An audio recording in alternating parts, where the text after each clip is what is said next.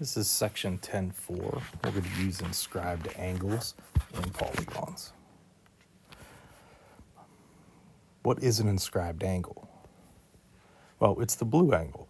It's an angle whose vertex is on the circle and whose sides contain chords of the circle. The arc that lies on the interior of that inscribed angle has endpoints that are on the angle, and that's called the intercepted arc. So we have this red arc, that's called the intercepted arc. It lives in between the sides of that inscribed angle. Now, there's a theorem that goes with this. To find the measure of an inscribed angle, you're going to use this theorem 10.7. The measure of an inscribed angle is half the measure of its intercepted arc. So let's just go with a simple example here. Here's a green intercepted arc, and here's a red inscribed angle.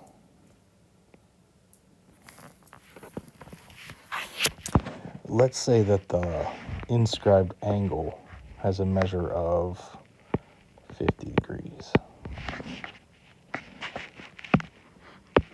That means the intercepted arc has a measure of 100 degrees. That's how that goes. The angle measure is half the measure of the arc. Okay, now to prove this, it's going to involve three cases. It's going to involve when C is on the inscribed angle. It's going to involve the center of that circle, point C being on the inside of the angle. And the third case would be when C is outside of the inscribed angle.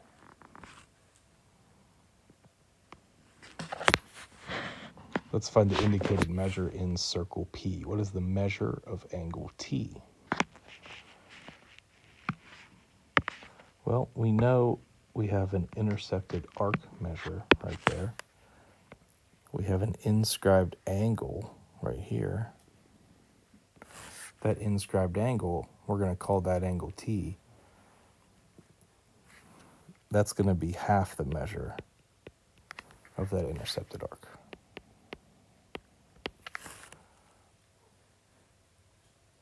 What's the measure of arc QR? That would be this guy.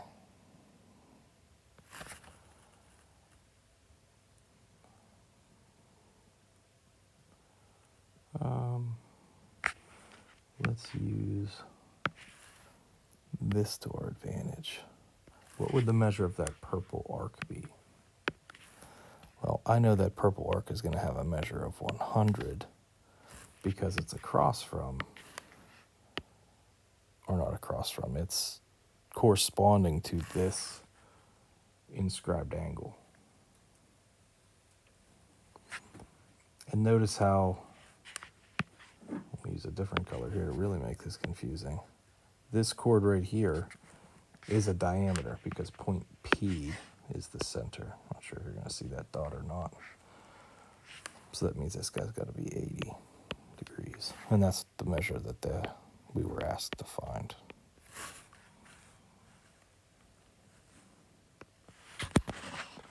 Find the measure of an intercepted arc.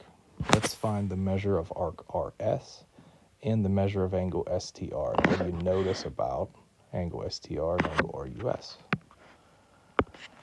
All right, so here's the arc RS and angle STR. I'll make that red. So notice how that's an inscribed angle for that green arc. We also have another inscribed angle that corresponds to that same green arc. This blue angle is inscribed. It has a measure of 31 degrees. That means that arc is 62 degrees. It'll be twice as big. So then go backwards here and let's find the measure of that inscribed angle. It's also going to be 31 degrees. What do you notice about those two angles? They're congruent to each other.